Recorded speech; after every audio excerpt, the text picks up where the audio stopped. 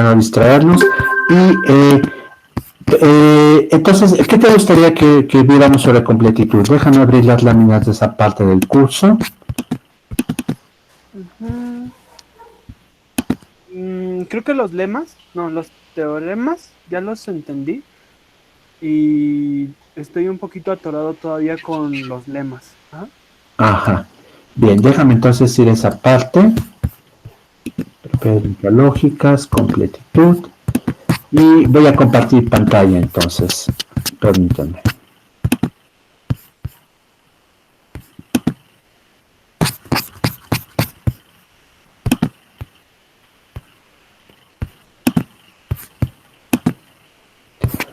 Ahí está. ¿Sí están viendo todos? Sí. Bien, perfecto. Sí. Muy bien. Entonces, la completitud de la deducción natural, ¿se acuerdan que pues fue un camino bastante largo? Y implicó varios teoremas y lemas que nos fueron útiles para demostrarlos. Teníamos en primer lugar dos versiones del teorema de la deducción, la versión semántica y la versión sintáctica. ¿Es con alguno de ellos con los que tienes que quisieras que viéramos con más detalle? Me parece que el teorema sintáctico, Uh-huh. la segunda parte, la de ir de deducción natural perdón, donde empieza lo de a la inversa dar una demostración de Ajá. deducción natural de A entonces beta, de alfa entonces beta, con Uh-huh. alfa como una premisa adicional. Bueno, esa parte, toda esa parte sí la entiendo, pero no alcanzo a entender cómo es lo primero. Ajá. La primera, a ver, una dirección sí, pero la otra dices que te está dando problemas. Uh-huh. A ver, déjame ver, yo recuerdo que hicimos aquí transformamos una demostración en la otra, y déjame ver dónde lo tengo, para no repetir. Aquí, creo que ya lo tengo en esta lámina. Voy a compartir esta otra ventana, permítanme un momento.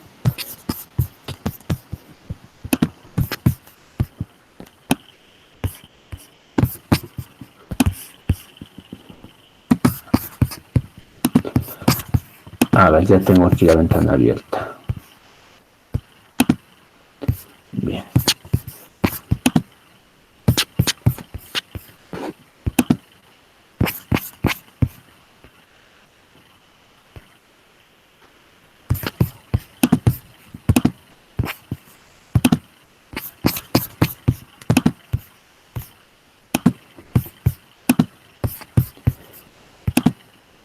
Aquí está. Bien. Bueno, entonces tenemos aquí del lado izquierdo de mi pantalla las láminas donde está el enunciado del teorema de la versión sintáctica. Del lado derecho lo que tenemos es una transformación que yo hice de estas dos, de una demostración que me permitía llegar de un lado a otro. Vean, tengo entonces aquí, suponiendo que ya demostré de alfa se sigue beta, entonces tendría esta demostración, no, perdón, déjeme ver cuál es la que tengo. Ah, sí, es esta, ajá, de alfa se sigue beta, de acuerdo con la deducción natural. Permítame, ¿alguien quiere entrar? Ya está, ya lo admití. Entonces, ahora sí, de alfa se sigue beta. Entonces, tú ya tienes esta demostración y es lo que está marcado en verde. Esta demostración, la podemos transformar en una demostración de que alfa implica beta. ¿De qué manera? Lo que hacemos es que, en este caso, te das cuenta, esta versión del teorema no cuenta con premisas. Y entonces, lo que necesitamos hacer es, pues, partir de una hipótesis, y lo que hago simplemente es convertir a alfa de una premisa a una hipótesis, que es legítimo. Tú puedes meter las hipótesis que quieras, pero entonces tengo que encerrarlo en una caja, y por eso es que está aquí este rectángulo rojo que encierra ahora alfa, porque es una hipótesis. De lo demás no lo modifico, porque yo ya había demostrado que de alfa se sigue beta, simplemente encierro una caja y agrego este paso adicional. Alfa implica beta por introducción de la implicación, y con eso mi demostración de que con la premisa alfa obtengo beta se convierte en una demostración de que alfa implica beta. Sí, entonces los pasos intermedios, bueno, aquí están como representados por los 3 puntos de 1 a n. Uh-huh. están dados por algo que yo ya sé que sería que de alfa en deducción natural se sigue sintácticamente beta. Ajá, Exactamente. ok. Exacto. Sí, con eso entonces, pues era eso más que nada. Bueno, perfecto. Bien, bueno. Bien, entonces, si no hay más preguntas, puedo pasar a puedo comenzar ya con el otro tema, ¿no? Ajá, a menos que alguien tenga alguna otra duda que quiera plantear, por supuesto. ¿No? Bien. Bueno, entonces empiezo con cálculo de predicados. Vean, yo no sé si he tenido una oportunidad de ver las láminas que subí de cálculo de predicados. Bueno, déjenme concentrarme ahí. Voy a cambiar ahora solo esas láminas.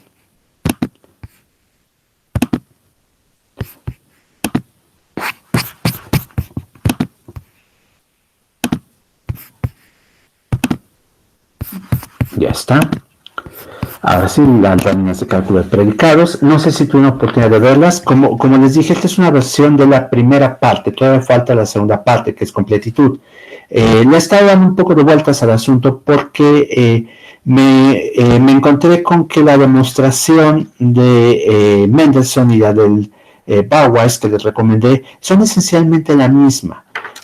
Bauweiss lo que hace es explicar con más detalle los pasos y estoy pensando entonces en adaptar un poco mi demostración a su estilo para ver si así es más comprensible, porque es una demostración bastante abstrusa. Es el doctorado de Gödel. Por si les parece que el tema es difícil, bueno, realmente era difícil. Gödel ganó su doctorado gracias a esa demostración de completitud, ¿no? Entonces, afortunadamente Henkin apareció después y presentó una demostración que es mucho más sencilla que la de Gödel. Yo nunca he leído la de Gödel original, los confieso, nadie la usa ya, pero la versión de Henkin es mucho más comprensible y aún así va a llevarnos un rato presentarla. Entonces estoy tratando de incluir explicaciones adicionales en mis láminas originales para ver si esto les ayuda a la comprensión, pero por esa razón es que tengo una versión preliminar de esas notas. Van a estar listas esta semana o a principios de la próxima máximo para que ustedes puedan verlas antes de la clase por si quieren leerlas con anticipación. De todas maneras, todavía no vamos a llegar a ese tema el día de hoy, por supuesto, ¿no? Ni la próxima clase. Empiezo con la parte más sencilla, por supuesto, que es presentar el lenguaje de cálculo de predicados. Ustedes ya conocen este lenguaje a partir del curso que llevaron con Cristian y con cursos previos los que no estuvieron con él. Y pues entonces aquí lo que es simplemente es presentarlo de una manera un poco distinta, no sé si más formal que como lo hace Cristian, porque yo recuerdo que Cristian es muy formal con esta parte, pero utilizando la misma notación que utilicé para el cálculo de proposiciones. Antes voy a insistir por qué razón el cálculo de predicados es necesario.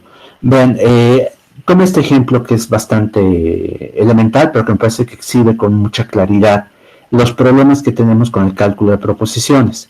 El cálculo de proposiciones, pues, es muy bonito, es muy útil, pero tiene limitaciones expresivas serias.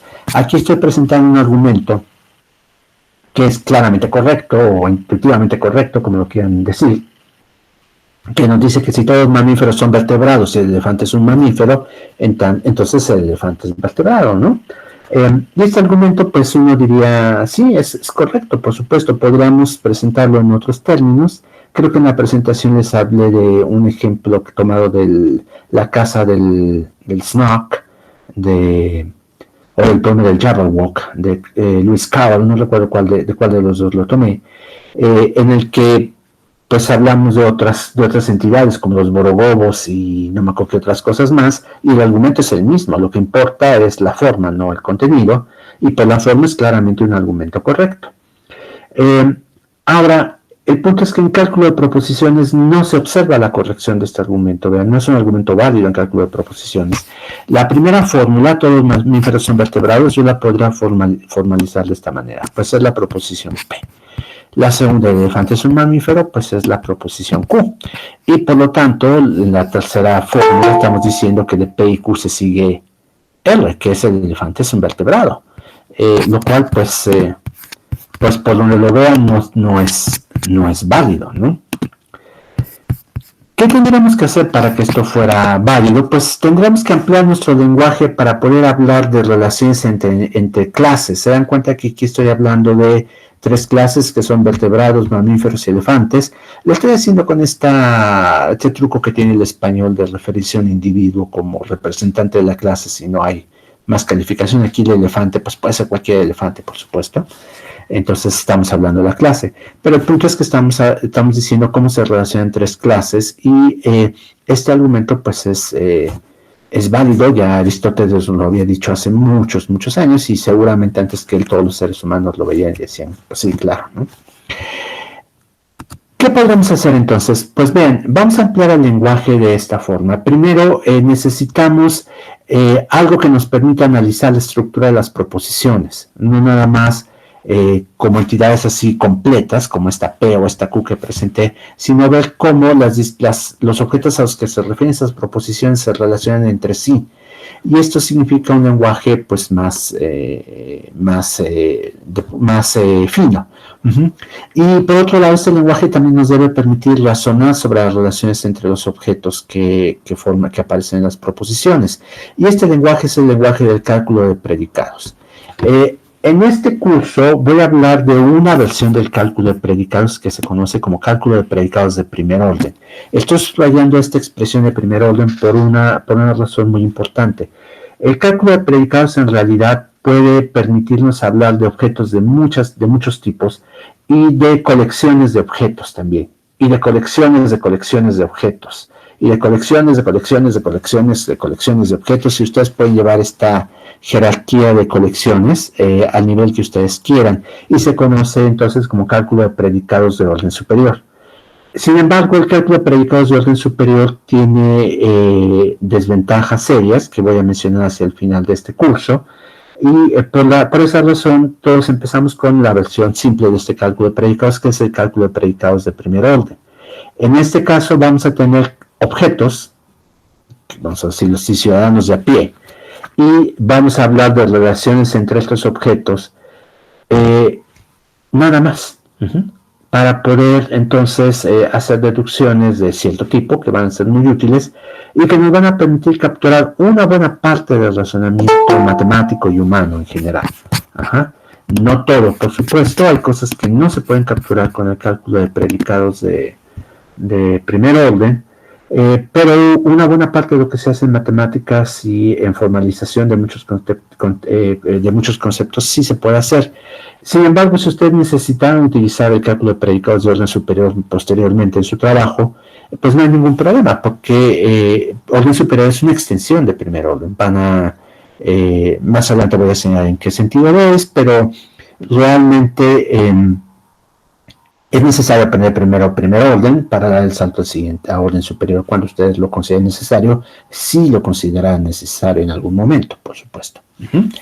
Entonces, voy a presentar otro ejemplo distinto en el que van a ver cómo podríamos capturar una serie de situaciones utilizando este lenguaje. A ver, este ejemplo es espero que sea bastante simple. Se me ocurrió justo para ustedes. Porque habla de cosas no matemáticas, que esa es una cuestión que afortunadamente ustedes me han señalado. Varios ustedes vienen de las ciencias sociales, no de las ciencias más llamadas exactas, porque pues la exactitud no siempre está ahí presente. Ustedes están estudiando eso, por supuesto, pero bueno, de las otras ciencias que utilizan más las matemáticas para expresarse, entonces se me ocurrió este ejemplo que es de geografía. Vean, tenemos aquí un mapa de Europa, de la Unión Europea, no de Europa en particular, es la Unión Europea, lo que está en verde, y pues pueden ver que es una colección bastante heterogénea de países con áreas distintas, de tamaños muy diferentes. Eso lo podemos representar las áreas por una tabla muy simple, ¿no? En la que tenemos el nombre del país y el área en kilómetros cuadrados. Esta la organiza en orden alfabético, en orden de tamaño.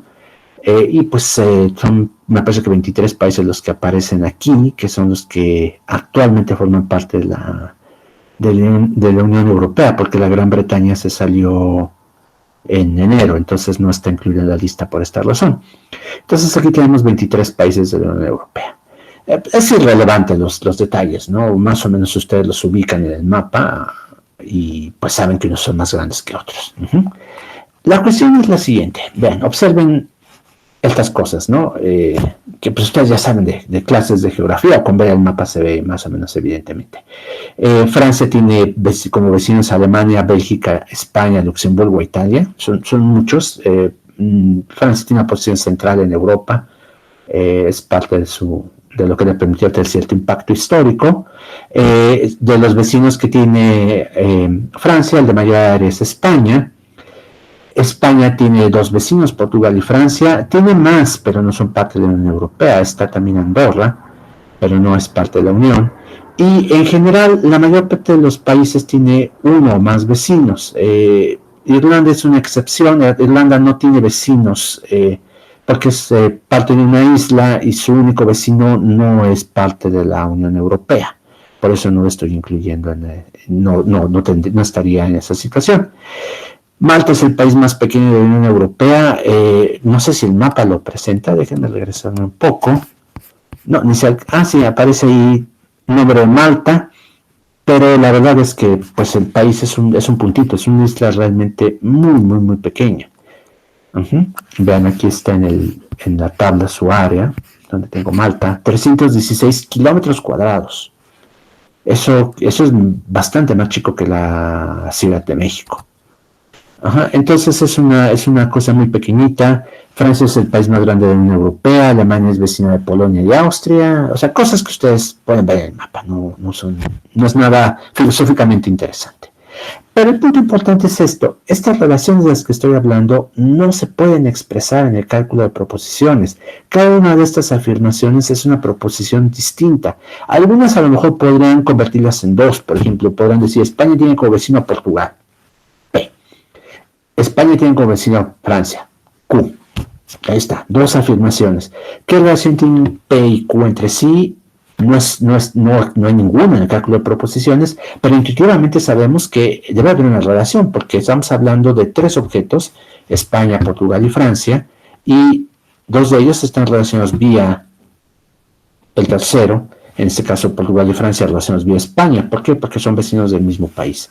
Entonces, la idea es ampliar el lenguaje para poder capturar estas relaciones de las que hablo en estas observaciones geográficas que aparecen en la lámina. ¿Cómo lo podríamos hacer? Bien, vean, voy a empezar a presentar el lenguaje y después regreso a analizar el ejemplo ya una vez que contemos con nuestro lenguaje. El lenguaje del cálculo de predicados se construye en dos fases, a diferencia del cálculo de proposiciones, que en una sola fase podemos presentar los objetos principales. Aquí voy a empezar con una serie de objetos a los que voy a llamar términos. Y estos términos van a ser cosas que precisamente nos van a permitir hablar de los objetos del universo que me interesa. En el caso del universo, en mi ejemplo, que son los países de la Unión Europea y sus áreas, los términos pues se van a referir justo a esos países. Los términos entonces constan de los siguientes elementos: constantes, variables y términos, que son el resultado de aplicar funciones a otros términos. Pero las constantes las podemos representar así, con la letra C y la letra C con subíndice. Más adelante voy a tomar libertades y añadir otras letras aparte de la C. Pero C pues es un bonito nombre porque es el nombre, quiere decir constante, ¿no? Bueno, o más bien nos remite a eso. Por otro lado, las variables, pues en matemáticas, pero en muchas otras áreas es de costumbre utilizar X, Y, Z y poner subíndices para referirse a variables. Así voy a hacerlo aquí, utilizar X, Y, Z. Ocasionalmente en el futuro puedo ampliar esto con otras letras, V, W, etcétera, etcétera, pero con estas nos debería bastar realmente. Entonces, estos son nuestros términos básicos. El conjunto de variables, que lo denoto con la letra C, perdón, el conjunto de constantes con la letra C, y el conjunto de variables, que lo denoto con esta abreviatura var. Y aquí está, son estos dos conjuntos. Y los términos, estos términos básicos me van a servir para construir otro tipo de términos. Entonces, esta definición es inductiva, como las que he presentado anteriormente, y significa que empiezo dando los elementos más básicos que son constantes y variables y les digo cómo construir nuevos términos. En este caso, para construir nuevos términos, lo que hago es tomar, digamos, n términos que ya construí en el pasado y los junto utilizando esto. La letra F, aquí está, con un subíndice y un supraíndice. El supraíndice, la n, o superescrito, como quieran decirlo, lo que nos va a indicar es cuántos argumentos toma este símbolo. Es un símbolo funcional. Eso quiere decir que yo estoy aplicando una operación a estos n términos. Entonces, la n me dice, bueno, ¿cuántos términos necesitas para poder aplicar esta función? Y en este caso, n. Y la K aquí simplemente es para distinguir entre distintas funciones que toman el mismo número de argumentos, el mismo número de términos, pero que pueden ser diferentes. Piensen, por ejemplo, en aritmética. La multiplicación y la suma, las dos toman dos argumentos, dos multiplicándos o dos sumandos, y entonces si yo quisiera representarlas en mi lenguaje con la letra F, a una le podría llamar F suscrito, subíndice n, supraíndice 2, y la otra, perdón, 1, digamos, y la otra podrá ser F supraíndice 2 también, porque toma dos argumentos, y le pongo el número 2 como subíndice para distinguirla de la número 1. Entonces, esta K no le atribuyen ahorita mucho significado, es simplemente una forma de distinguir entre distintas funciones que toman el mismo de argumentos. Pero la n sí es importante porque me dice cuántos argumentos necesito. Si yo aquí les digo f2 del término 1, esa no es una expresión correcta. Necesito dos términos para que esté bien definido. Y la última clase de mi definición, la última cláusula de mi definición me dice, mira, los únicos términos admitidos son los que puedes construir a partir de constantes y variables y una aplicación finita de esta operación de construir nuevos términos funcionales. Eso es lo único que puedo considerar un término. Al conjunto de cosas que construyo así le llamo T. La T pues es de término, obviamente. Voy a poner unos ejemplos antes de continuar. Déjenme cambiar a modo de pantalla.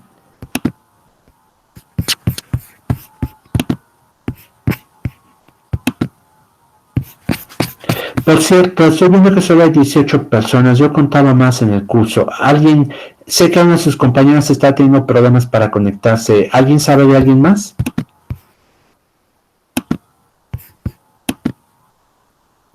¿No? Bien. Bueno, continúo. El video se va a subir, por supuesto, al canal para que lo puedan consultar los que no se hayan podido conectar hoy. Bien. Observan entonces ahora tengo del lado derecho mi block de costumbre. Y voy a hacer un par de ejemplos. Supongamos que ustedes tienen la constante c y la variable x. Entonces yo puedo construir este término. f2,1 de c de x, c, por ejemplo, y podrá construir este otro, f4,2 de x, c, f2,1 de x, c, y f1,1 de c. Permítanme, esto no se está viendo muy claramente. Vamos a borrar un poco aquí. Ahora sí. Coma. F1,1 de C. Se dan cuenta que el 4 me exige 4 términos. Aquí este es un término, este es el otro término, este es el otro término y este es el otro término. Entonces cumplo con el requisito de tener 4. El 2 simplemente pues es porque pues, habrá otra función con 4 términos, entonces yo quiero la segunda. Y se dan cuenta entonces cómo la construcción de términos funcionales puede ser anidada. Aquí dentro de este F4 estoy incluyendo el término 2, F2,1 de aplicar XC y el otro término. Y puedo hacer cosas todavía más complicadas. Sí, adelante. Por ejemplo, cuando usted elige en F11C, usted lo hace simplemente, no sé, al azar, usted lo elige, porque ahí también pudo haber sido X, ¿no? Sí, claro. eso depende de lo que tú quieras hacer. Ah, ok, muy bien. Sí, no hay ninguna restricción. O sea, lo que tienes que hacer es aplicar las reglas y las puedes aplicar cuantas veces quieras y obtener los términos tan complejos como tú quieras. Mira, aquí tengo otro que es más complejo.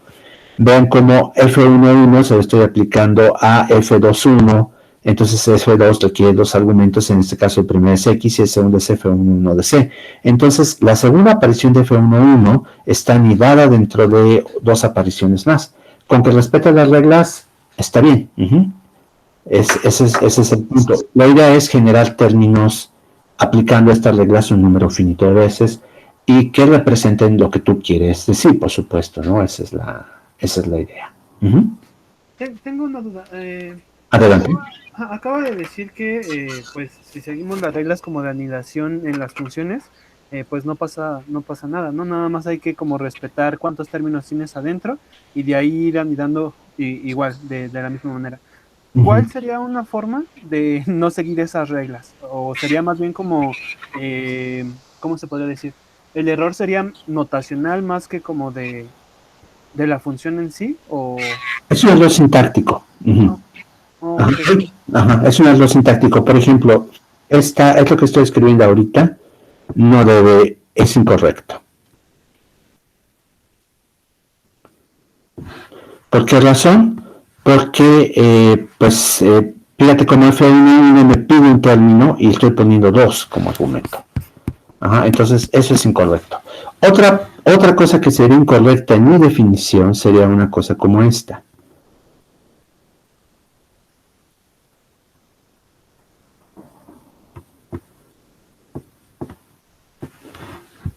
Yo aquí hago un número infinito de asignaciones, de anidamientos, para obtener un término. Eso no me lo permite este lenguaje.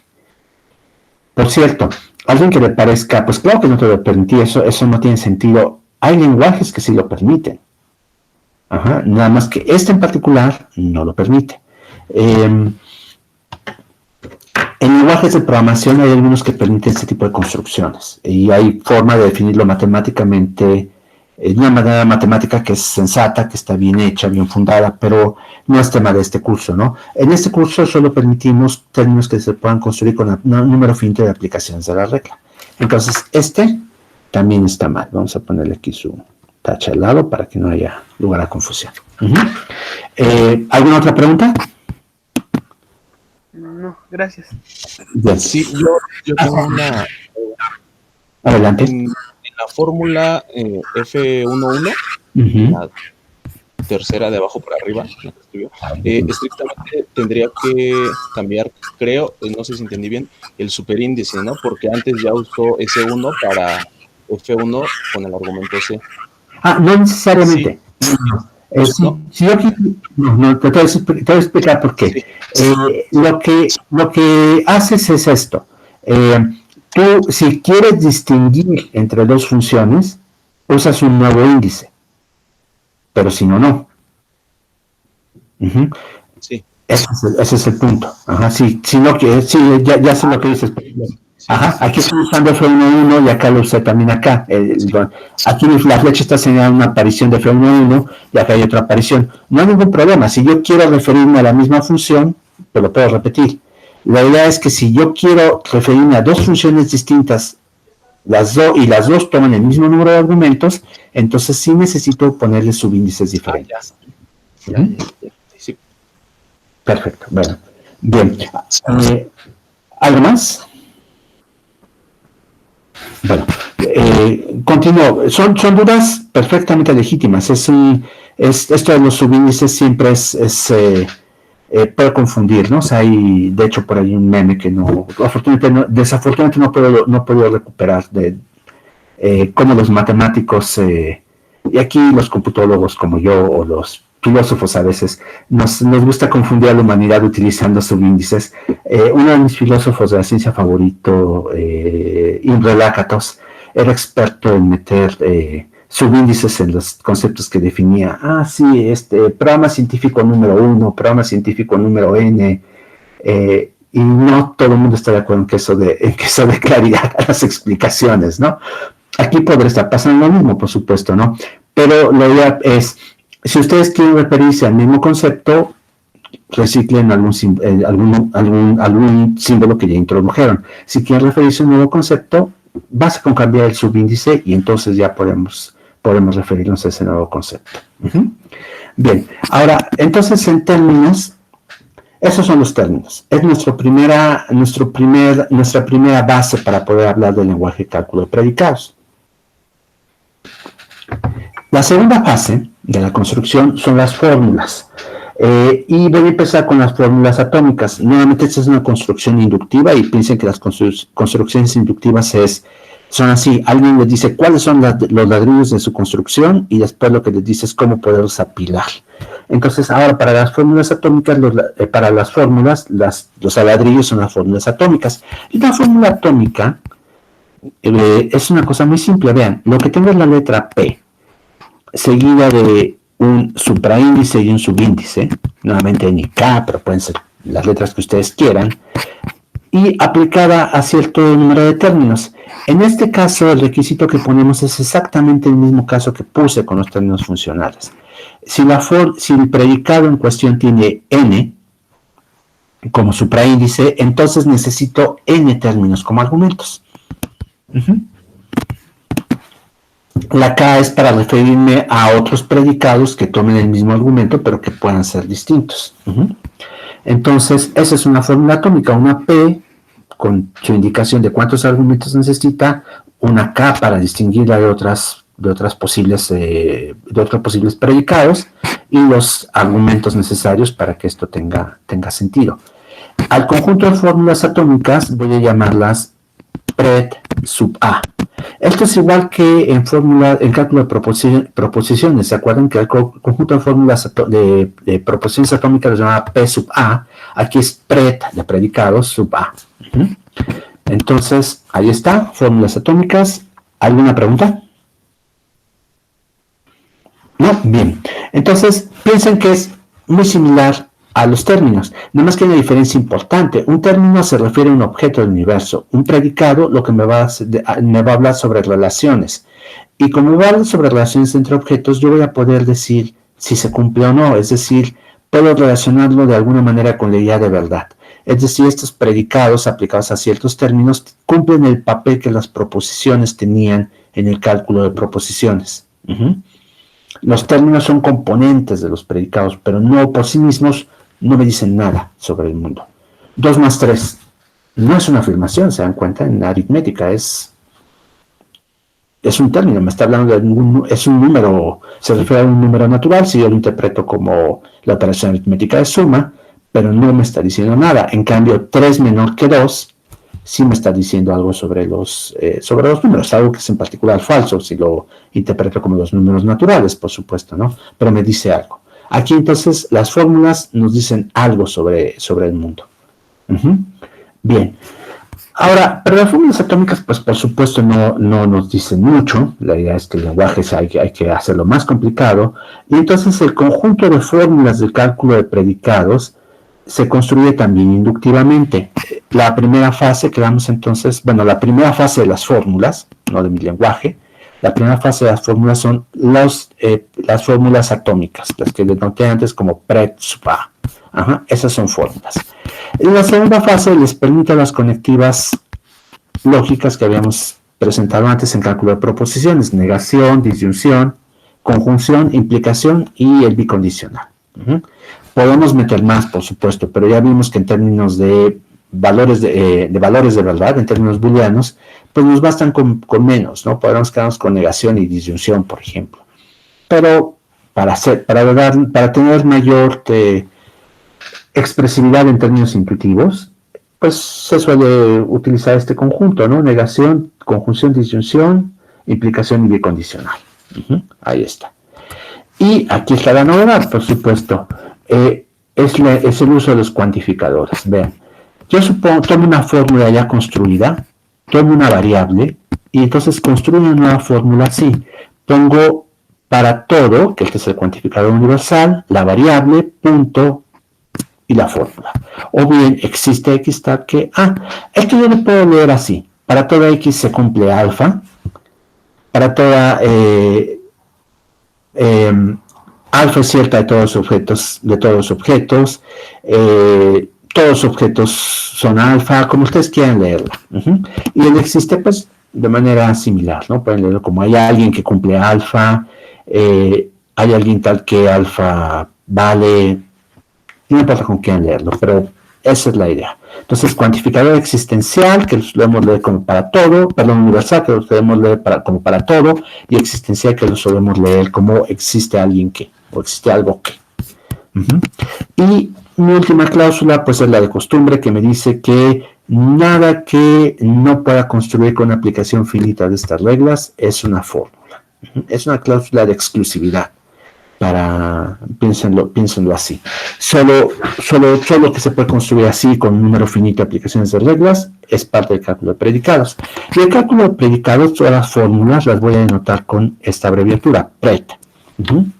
La palabra predicado es muy larga, entonces no la voy a usar en lo sucesivo. Me voy a quedar solo con PRED. ¿Quedó claro entonces cómo lo construí? ¿Cuál es la sintaxis del cálculo de predicados?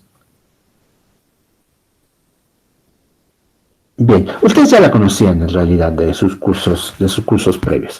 Ahora, con esta sintaxis voy a revisitar el ejemplo de el mapa de la Unión Europea. No voy a saltar esta parte, no me hace falta todavía. Y aquí regresamos al mapa de la Unión Europea. Bien.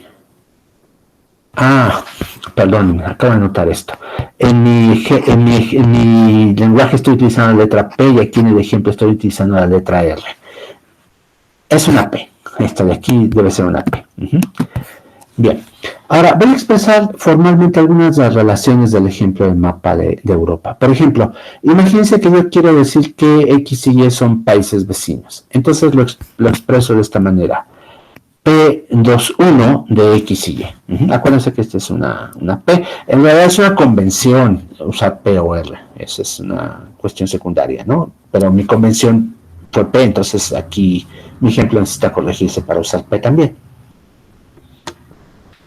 Entonces, así relaciono dos países. Si son vecinos, están relacionados de acuerdo con este predicado P1. Ahora, voy a utilizar un término funcional para referirme a lo siguiente. Tomo un país, X, y me pregunto cuál es su vecino de mayor área. Y entonces la función F11 me dice cuál es su vecino de mayor área. Por ejemplo, si voy a aplicar a esto a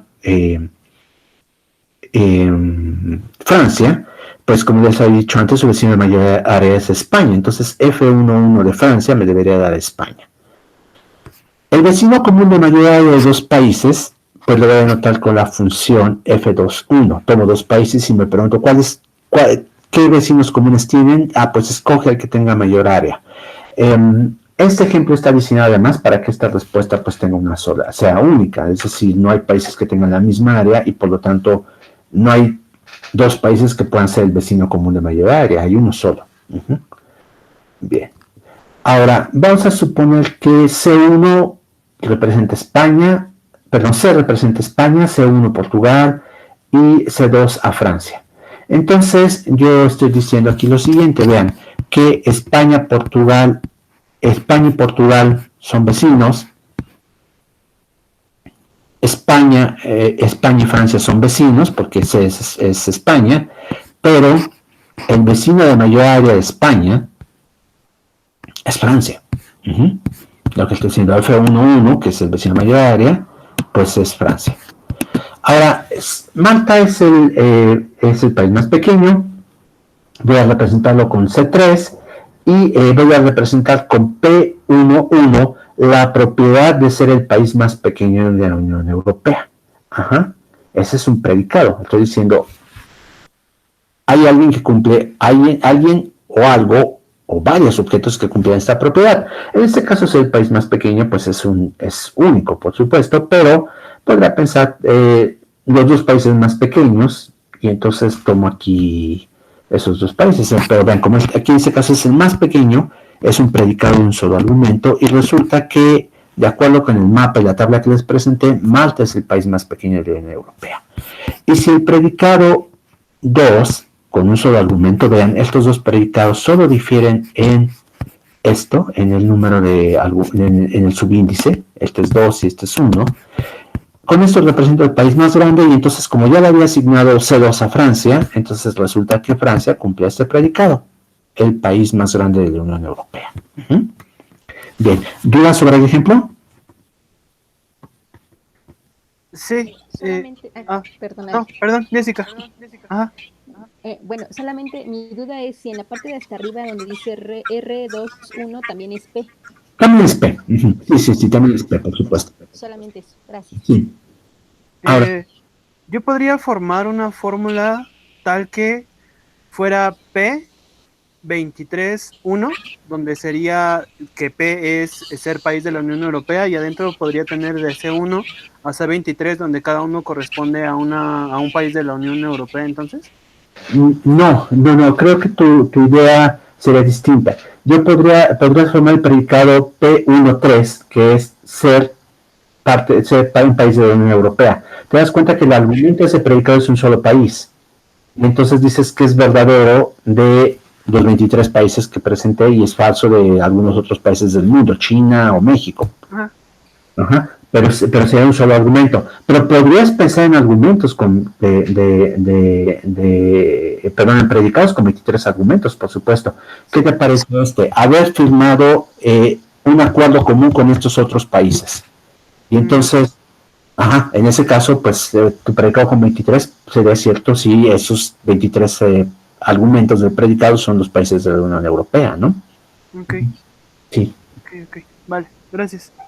¿Alguna otra pregunta? No, bien, entonces vean, sigo con más ejemplos de esto, y lo mismo, las cerdos son PES, por ejemplo, tomen el caso de Alemania, Polonia y Austria, representados en este caso con C4, C5 y C6. Lo que tenemos aquí es que, pues, Alemania es vecina de Polonia, Alemania es vecina de Austria, y el vecino común de mayor tamaño de Polonia y Austria, C5 es Polonia y C6 es Austria, es precisamente Alemania.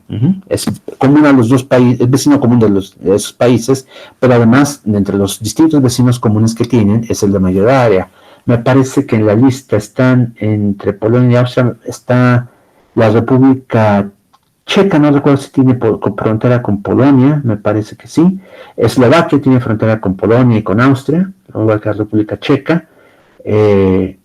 Y entonces, pues, son países más pequeños que Alemania. Entonces, el vecino común de mayor área de estos dos países es Alemania, precisamente. Pero podemos decir cosas más generales, por ejemplo. En esa función, después de la F, justo ahí no le falta un 2 abajo. No, me faltaría un 1. Gracias por señalarlo. Okay. A ver, déjenme tomar nota de esto porque para corregirlo inmediatamente y subirles una versión sin estos problemas. A ver, me falta un subíndice F2, debe convertirse en F2 sub 1, porque había presentado esto, y todas las cerdos pues se convierten en P, y son las láminas de la 14 a la 16. Sí, porque el subíndice es como el nombre, lo que distingue la función, ¿no? Exactamente. Okay. Pero siempre es bueno tenerlo, por supuesto. Entonces, gracias por señalármelo. Aquí es un error de dedo. Bien, entonces, podemos decir cosas más generales. Por ejemplo, si un país es el más grande de Europa, entonces es el vecino de mayor tamaño de entre sus vecinos, ¿no? De la Unión Europea, aquí ese es otro error, porque no es toda Europa, es la Unión Europea. Importante porque en Europa hay países más grandes que estos. Por supuesto, no sé cuál es el más grande de Europa, depende si incluyan a Rusia como parte de Europa o no, inmediatamente se vuelve más grande. No sé si Ucrania tenga más área que Francia, pero ninguno de los dos es parte de la Unión Europea. Entonces, el país más grande de la Unión Europea es el vecino de mayor tamaño de entre sus vecinos. Eso, pues, debería ser, ¿no?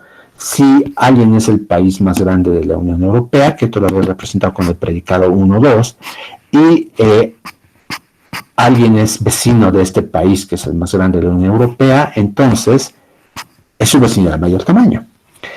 Y la otra cosa que puedo decir, por ejemplo, es que la vecindad no es transitiva. Es decir, tus vecinos no son necesariamente mis vecinos. Y eso lo puedo decir de esta manera. Miren, existen X, Y, Z, tales que X y Y son vecinos, pero Y y Z son vecinos, pero X y Z no son vecinos entre sí. Un ejemplo típico es, por ejemplo, España, Portugal, Francia. Portugal es vecino de España. España es vecina de Francia, pero Portugal no es vecino de Francia. Entonces, esta no transitividad la estoy representando aquí con esta afirmación. Hay un ejemplo de 3 países que, siendo vecinos por pares, no son vecinos entre sí los extremos. Bien, ahora, esta última lámina que estoy presentando ahora tiene que ver con el hecho de que muchos de sus compañeros de cursos anteriores me han preguntado, oye, exactamente por qué algunas cosas las representas con funciones y otras con predicados. La respuesta simple es que, pues porque depende que sea más conveniente, realmente. Porque en realidad yo podría quedarme solo con un lenguaje basado en predicados, pero ese lenguaje tiene problemas para poder expresar una serie de operaciones que van a ser útiles. Entonces la regla que voy a seguir es una regla que me da un lenguaje muy conciso, que me permite decir muchas cosas, pero que podría expresarse solo con un lenguaje más sencillo. Vean, la regla va a ser esta. Ustedes ponen un símbolo de un predicado y es un predicado de relación a objetos, o me dice si un objeto cumple con una propiedad o no la cumple. Ese es como voy a tomar los predicados. Una función, en cambio, lo que hace es tomar un objeto y devolverme otro objeto, o bien tomar 2 objetos y devolverme un solo objeto. Toma cierto número de objetos y me devuelve un único objeto. Ejemplos como tenemos esto, por ejemplo, la suma. Yo les doy el 2 y el 3 y la suma me devuelve el 5, ¿no? No me devuelve a veces el 5 y a veces el 6, o me dice puede ser cualquiera de ellos, tiene que ser uno nada más. Pero ustedes pueden decirme, oye, ¿y por qué no a veces te planteas las cosas saltar de una versión a la otra? Y yo les digo, en un sentido es posible. Las funciones se pueden ver también como relaciones. Por ejemplo, miren, aquí estoy presentando una sucesión. El primer elemento de la sucesión es el 1. El segundo elemento de la sucesión es el 2. El tercer elemento de la sucesión es el 9. El cuarto elemento es el 16. No sé si ya pescaron la regla. Estas son la sucesión de los cuadrados. Es decir, 1 por 1 me da 1. 2 por 2 me da 2. 3 por 3 me da 9. 4 por 4 me da 16. El siguiente es 25, etcétera, etcétera, etcétera. Y lo puedo representar como una función. Vean. 1 al cuadrado, 2 al cuadrado, 3 al cuadrado, 4 al cuadrado. Ahí está, como una función, no con el lenguaje de cálculo de predicados, pero esto lo puedo convertir fácilmente al lenguaje de cálculo de predicados. Podrá pensar F12 de 1, F12 de 2, etc. Pero también lo puedo presentar como una relación, vean. 1 está relacionado con 1, el 2 está relacionado con el 2, el 3 con el 9, el 4 con el 16, es decir, relaciona un número con su cuadrado. Y entonces yo podría escoger la representación funcional con esto, F1K, o la representación relacional, RK2. ¿Cuál voy a escoger? La que más me convenga. Si yo les pido a ustedes, formalicen un concepto, si el concepto es funcional, ustedes pueden elegir entre aplicar funciones o aplicar relaciones. Si el concepto no es funcional, es decir, no les da un objeto único cuando se lo aplican a alguien, entonces hay que usar a fuerza relaciones. Por ejemplo, la relación de menor que no es funcional. Yo les doy el 3 y les digo, a ver, el 3 es menor que quién. Menor que quién. Ustedes me pueden decir, pues es menor que el 4, menor que el 5, menor que el 6. Ese concepto no admite interpretación funcional. Entonces, ustedes elijan lo que quieren. Porque cuando se pueda, pero hay casos en los que no se puede. Cuando les digo, por ejemplo, la relación de vecindad, la puedes convertir en una función y la respuesta es no, Porque, por ejemplo, España tiene muchos vecinos, Alemania tiene montones de vecinos, Austria está en el centro de Europa, tiene muchísimos vecinos. Entonces, no puedo representarla con una función, tengo que utilizar una relación. Ujú. ¿Queda clara la idea? Bien. Sí. Bueno, hay... Entonces, Adelante, adelante, adelante. una duda rápida. Supongo que lo vamos a ver quizás más adelante. Pero, ¿qué haces con las propiedades que no son como simétricas? Por ejemplo, en el caso de ser vecinos, es como la idea de que si X es vecino de Y es vecino de X. Pero, por ejemplo, en relaciones como, no sé, Claro. querer a alguien, puede ser que X quiera Y, pero que Y no quiera X. Entonces, ¿cómo representas ese orden? Pues, Bueno, ese es un punto importante, creo que lo preguntaste. El orden de los argumentos importa. Por ejemplo, esta que tú mencionaste, que X quiere a Y. Ajá, entonces dirías P sub 2 sub 1 de X y Y. Pero te das cuenta que no tienes la implicación de que P2 sub 1 de Y y X. Y eso lo puedes hacer con un enunciado. Vamos a ponerlo por aquí. A ver, déjame ver. Ajá. Voy a agregar una página. Y lo podríamos decir así. Suponte que estás representando así con esto. En ese universo que es el de personas, sí. el predicado es de X, Y, quiere decir X quiere a Y. Y tú me estás diciendo que esta no es una relación simétrica, lo cual pues sí, ¿no? Todo el mundo lo ha visto, por supuesto, ¿no? Ajá.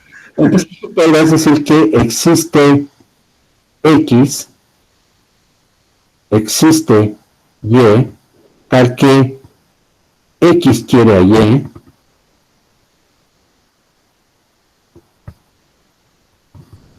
pero, perdón, ahí está, y no es verdad que Y quiere a X. Ajá. Ahí lo tienes. Bueno, nada más déjame borrar un poquito para que esto salga claramente aquí.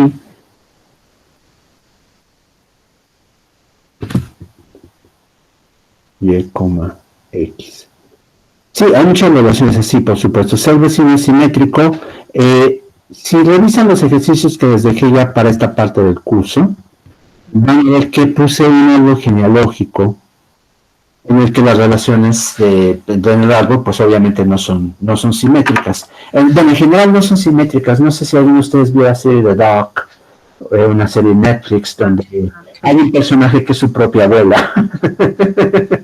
Bueno, el ejercicio está suponiendo que esas cosas no ocurren, ¿no? Si alguien está en esa situación que es su propio abuelo, pues después me explica cómo le hizo para viajar en el tiempo, ¿no? Pero suponiendo que eso no se puede, esa es una relación no simétrica, ser abuelo, ¿no? Ajá.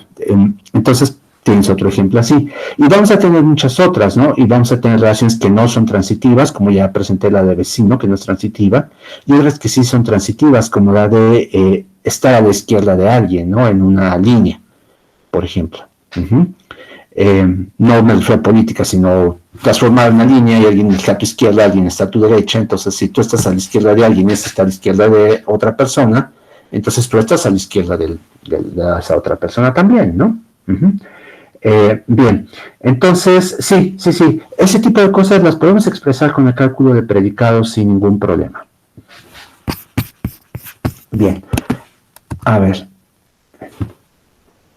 aquí tengo algunos ejemplos más de funciones así.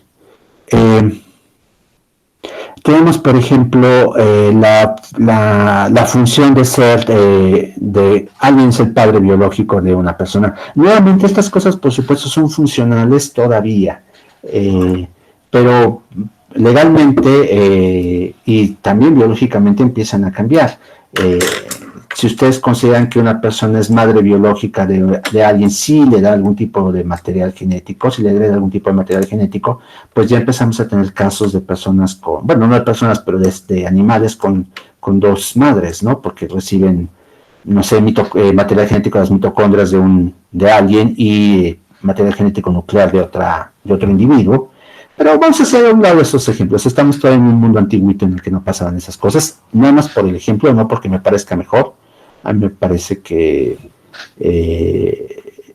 hay problemas éticos ahí, o no los hay, no lo sé, pero no es mi asunto, no es el asunto de esta clase. Yo soy muy entusiasta con la tecnología nueva, pero no es tema de esta clase discutirla, ¿no? Así que para simplificar las cosas, supongo que estamos en el mundo de antes en que los individuos tenían un solo padre biológico y una madre biológica.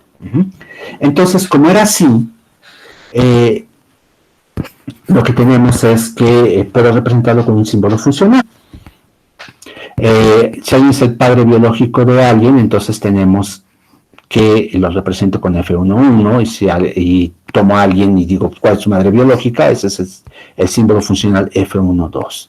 Por cierto, perdón por el paréntesis, perdón que insista con eso, es posible representar también este nuevo mundo en el que tendríamos más de una madre o un padre biológico, también con el lenguaje de cálculo de predicados, pero con una ampliación ligera que me daría, en el cual las funciones lo que hacen es no regresarme un objeto, sino una pareja de objetos. También se puede. Así que no es un lenguaje que vaya a quedar obsoleto después de que cambien estos conceptos. Pero bueno, estamos en la versión simple. Entonces aquí está, con estos dos símbolos funcionales. Ahora, el ser hermano. El ser hermano es una relación, porque ustedes pueden tener más de uno. Entonces, pues tenemos que alguien es el hermano de otra persona y lo representamos con este predicado. Bien, porque no es una función, por lo que les decía, porque no necesariamente es único, ¿no? Ustedes pueden tener más de un hermano. Y aquí podemos tener un par de axiomas sobre hermanos. Nadie es su propio hermano, eso creo que ni en Dark pasa. Y también tenemos que, pues si alguien es hermano de otra persona, lo que vamos a tener es que comparten padres biológicos. Aquí estoy pensando en hermanos completos, pero podremos formalizar la idea de medios hermanos también, por supuesto, ¿no? Pero aquí vean, si X es hermano de Y, entonces el padre de X es el mismo padre de Y, y el padre y la madre de X es la misma que la madre de Y. Medios hermanos pues compartirían solo uno de ellos, ¿no? Y pueden ustedes pensar en cómo formalizarlo, exactamente qué conectivas lógicas tendrán que utilizar para formalizar esa noción.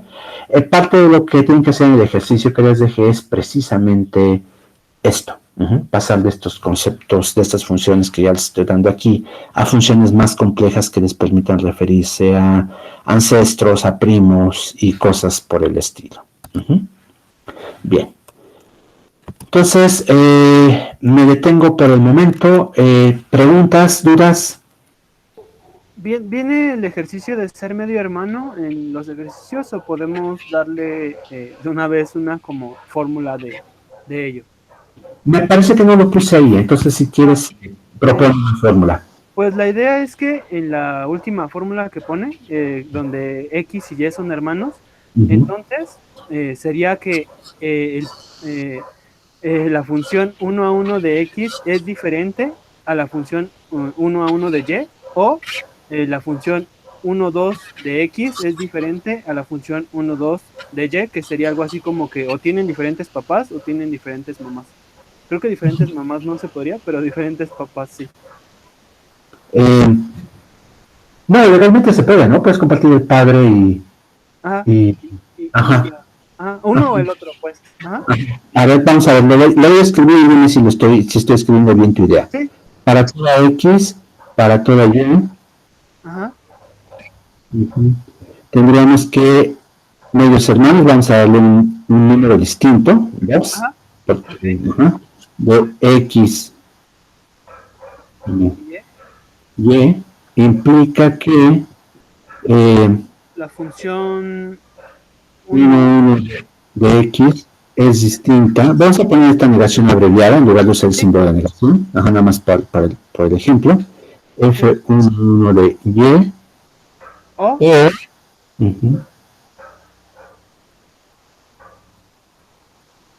es distinto del F2, de F1, 2 de Y. Bien. Ahora es 2. Puso ser papá. Gracias. Sí, ahí está, 2. Gracias. Bien, yo creo que está cerca de lo que querríamos decir con medio hermano. El problema es que esta fórmula es verdadera incluso si no comparte ningún padre. Sí, puede ser que ambos sean falsos.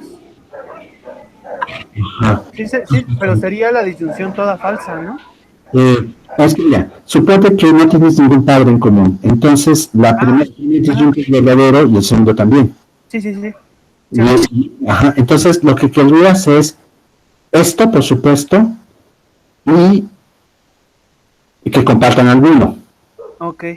Ajá, entonces sería así, F11 de X igual a F11 de Y O F11, permítame. 1, 2. 1, 2, sí, gracias, F12 de X igual a F12 de Y. Ajá, exactamente. Ahí ya lo tienes, ajá, ahí sí. Porque tienes que cumplir las dos por la conjunción y entonces no pueden ser las dos falsas porque entonces no cumples el otro conjunto. Sí, efectivamente esa es una buena idea. Algo así tendrían que presentar para el árbol genealógico que les puse de ejemplo. Déjenme poner el ejercicio de una vez. Creo que lo tenía. Sí, adelante. Antes de que cambie la diapositiva, ¿podría volver a leer todo el enunciado desde el primer universal, el último sobre los hermanos? Ajá. ¿Este de aquí, de los hermanos? Ajá, sí, nada más para ver cómo asignar las P y las S. Ajá. Lo que estamos diciendo es, para todo objeto que tomes, para todo individuo X y para todo individuo Y, X y Y son hermanos, sí implica que o tienen un padre en común, F11 de X es igual a F11 de Y, o tienen una madre en común, F12 de X o F12 de Y. Perdón, ahí dijo O en vez de I. Perdón. Gracias por corregirme, sí, es I, porque estamos pensando que son hermanos completos. Digo, es que nuevamente piensen que yo no estoy haciendo juicios morales, eso me gustaría que quedara muy claro. Yo no soy partidario para nada de la familia tradicional, simplemente es para que mis ejemplos sean sencillos, ¿no? No otra cosa, ¿no?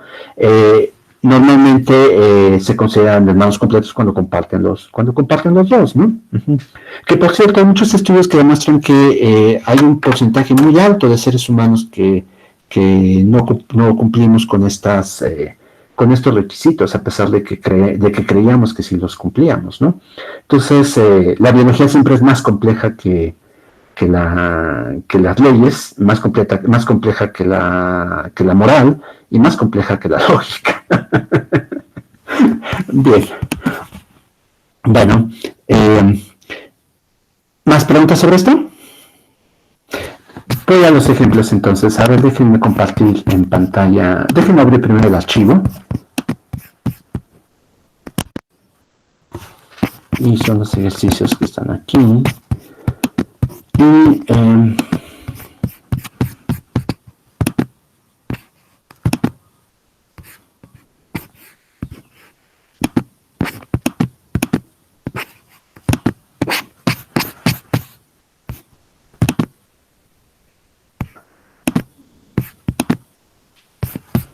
bien, creo que ya están viendo todos la pantalla, la otra ventana que abrí. Ahí está. Bien. Bien, en este ejercicio lo que hice fue poner un árbol genealógico muy sencillo, no se parece para nada a los que aparecen en 100 años de soledad, por ejemplo, que son muy complejos. Y la idea es que ustedes, a partir de este árbol genealógico, pues definan relaciones como de ser primo, de la función para denotar el ancestro femenino común más cercano, La relación de pariente político también, si la pueden definir a partir de esto. Les pregunto si la relación de primo es transitiva, la de pariente político si es transitiva. Me gustaría que no nada más me dieran contraejemplos en caso de que piensen que la respuesta es no, sino que me expresaran con una fórmula como la que puse general que la relación no cumple con ese requisito de ser transitiva, o por el contrario que me dijeran que sí lo cumple y entonces me lo expresaran de alguna manera. Ese es el idea del ejercicio.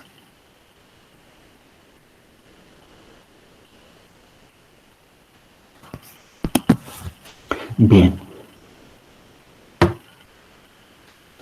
Bueno, entonces son las 11:15. Hoy no teníamos revisión de ejercicios, entonces la clase ya duró 1 hora y cuarto. No sé si quieran que continuemos o preferirían que hiciera una pausa y que viéramos los otros temas a partir de la siguiente clase. La siguiente clase es la clase del 23 de noviembre, por lo que les había mencionado que el 16 es un día feriado. Si ustedes están dispuestos, yo puedo seguir hasta las 12 sin ningún problema. Puedo seguir hasta las 2, por supuesto, pero les decía que me parece sensato que sean 2 horas nada más. ¿Qué desean que haga? ¿Sigo hasta las 12 o hago pausa aquí?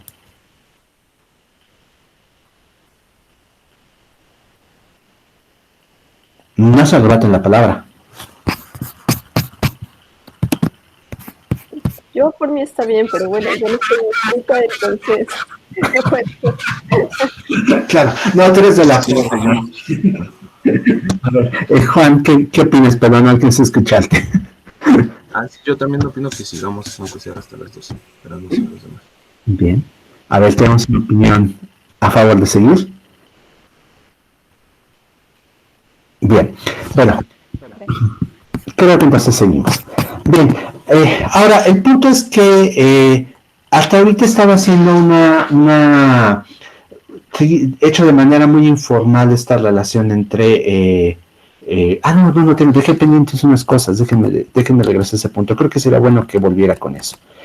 Bien, todo curso tiene su parte aburrida, y algunos de ustedes a lo mejor piensan que este tiene más de una parte, ¿no? Espero que no sean tantas, pero este en particular tiene una parte que a mí también me aburre, para decirlo de esa manera, que es estas láminas de la 11 a la 13, que tienen que ver con el concepto de variable libre y ligada y sustitución de variables.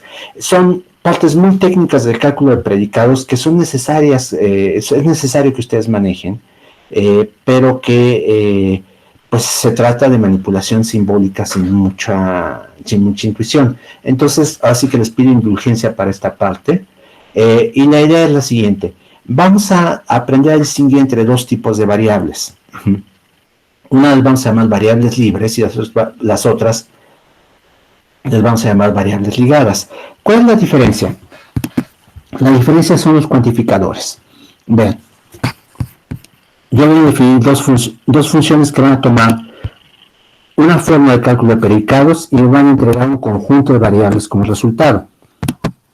La primera, la función f mayúscula, lo que hace es decirme cuáles son las variables libres de una fórmula. Y la función b mayúscula me dice cuáles son las variables ligadas.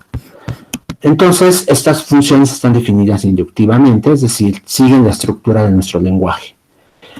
Para una fórmula atómica, ustedes toman una fórmula atómica y si yo les pregunto, ¿cuáles son las variables libres de una fórmula atómica? La respuesta es todas. Todas las que aparecen en la fórmula son libres. Aquí estoy diciendo, si aparece en un término, es una variable libre de aquí. En cambio, si les pregunto, ¿cuáles son las variables ligadas de una fórmula atómica? La respuesta es ninguna.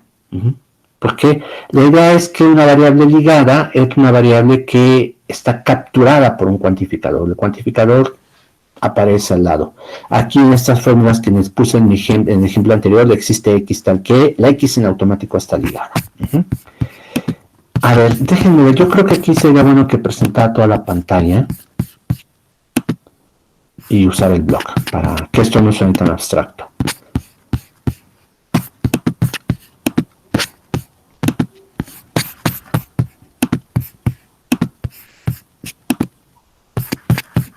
Bien, ahí está. Y vamos a poner una nueva hoja en el blog.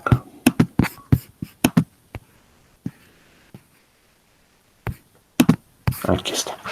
Bien, por ejemplo, yo les doy una fórmula como esta. Se atoró mi pluma. Aquí está.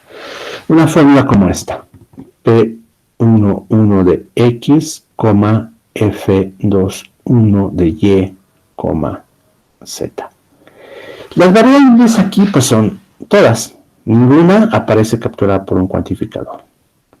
En cambio, si les digo, existe Y tal que perdón, esto es 1, 2, no 1.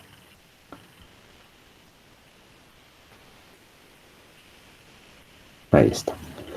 Existe Y tal que P21 de X, la misma fórmula, pero ahora con el cuantificador. Bueno, no es la misma fórmula, ya le puse cuantificador antes, ¿no? Bien. En este caso, esta Y está capturada por este cuantificador y entonces ya no es libre. Ustedes pueden pensarlo de esta manera, si quieren, de una manera más intuitiva. Las variables libres son, pues, una especie como de comodines en una fórmula. Si yo les digo n más y es igual a x más y es igual a z, les digo, ¿eso es verdadero o es falso? Y les digo, pues no sé, porque me estás diciendo, no sé cuánto vale x, cuánto vale y, cuánto vale z. En cambio, si les digo, existe y tal que es igual a x más z, ya estoy diciendo algo más. Todavía me faltaría decirles qué pasa con x y con y, pero ya estoy diciendo algo más sobre y. Aquí pasa lo mismo, estoy diciendo algo sobre y. Hay un objeto que cumple con esta fórmula. Y por lo tanto, y ya pertenece a una categoría distinta de símbolos. Ya no es un comodín, hace que esta fórmula me afirme algo sobre mi universo completo. Entonces, esa distinción la estoy marcando aquí en mis láminas con esta idea de que una variable puede estar libre o puede estar ligada. En este caso, por ejemplo, en este caso la definición me dice, mira, en una fórmula atómica todas están libres y ninguna está ligada. La B es de banca, por cierto, que es ligada. Entonces, digo, bueno, está bien, eso me queda claro. Pero, ¿qué pasa con las otras conectivas y las otras construcciones? Pues muy simple. Si tomas una fórmula negada, no alfa, las variables libres de no alfa son las mismas variables libres que no alfa. Y lo mismo pasa con las variables ligadas. Si tú tomas no alfa, las variables ligadas de no alfa son las mismas que las variables ligadas de alfa. Y para las demás conectivas pasa lo mismo. Las variables libres de alfa o beta son las variables libres de alfa y las variables libres de beta. Es la unión de ambas. Y las variables ligadas, pues pasa lo mismo, ¿no? El cambio real viene con los cuantificadores. Si yo te digo, a ver, ¿cuáles son las variables libres de una fórmula del tipo para todo x alfa? Pues son las variables libres que están en alfa menos x, porque a x ya la cuantifiqué. Y para el existe pasa lo mismo. ¿Cuáles son las variables libres de existe x tal que alfa?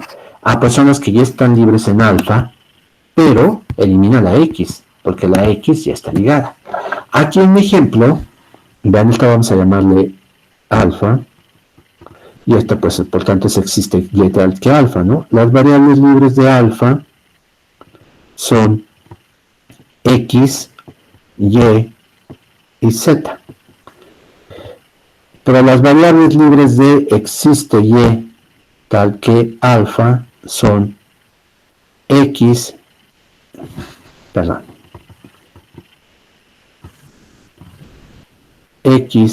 y, z menos y, porque y ya lo cuantifiqué. Entonces eso me da x y z. Ahí está. Ahora, si yo calculara las variables ligadas, vean cómo en el caso de los cuantificadores esto es dual. Las variables ligadas de alfa, aquí en este caso es el conjunto vacío porque no aparece ningún cuantificador, pero las variables ligadas de existe y tal que alfa es el vacío unión el conjunto que contiene y, porque y ya la cuantifiqué y esto pues es y. Ahí está. Entonces estoy agregando una variable a las ligadas al momento de cuantificarla. ¿Quedó clara la idea?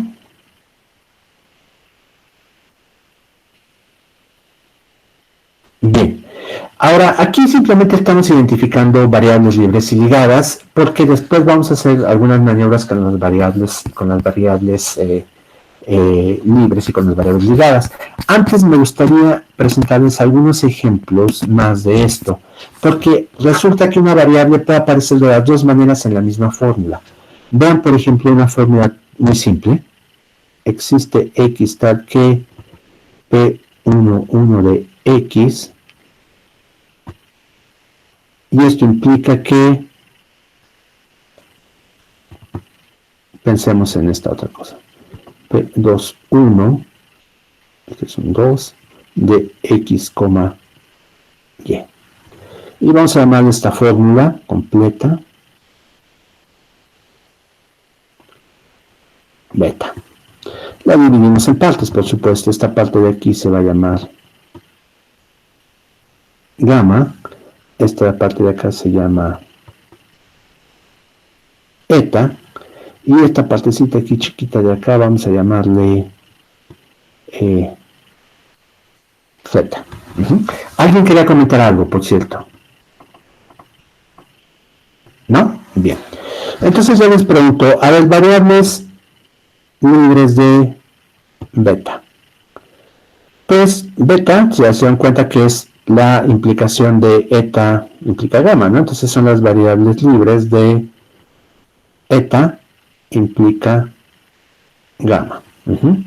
Y de acuerdo con la regla, estas son las variables libres de eta unión las variables libres de gamma. Ahora, a su vez, las variables libres de eta son las siguientes, son las variables libres de z menos, la regla me dice, mira, x ya se cuantificó, de x. Todo esto, unión, las variables libres de gamma. Ahora, las variables libres de gamma ya sabemos algo más, es una fórmula atómica, y entonces quiere decir que todas las variables que aparecen ahí están libres. Aparecen x y y entonces, pues ahí vamos. Las variables libres de z son es x nada más, menos x, unión x, y por lo tanto esto es el vacío unión x, y esto nos da como resultado x, y. ¿Ya se dan cuenta? ¿Por qué? Porque pues el vacío es como una especie de elemento de identidad para la unión. Entonces, ahí está. Esas son las variables libres de esta fórmula. Ahora, ¿cuáles son las variables ligadas de esta fórmula? A la que estamos llamando beta. Esta beta me salió muy fea. Déjenme dibujarla otra vez. Pues nuevamente son las variables ligadas de, quedamos que era eta, unión con las variables ligadas de gamma, y esto pues son las variables ligadas de, vean, eta, me subo un poco más para que la recuerden, eta contiene, perdón, de eta son las variables ligadas de z unión x.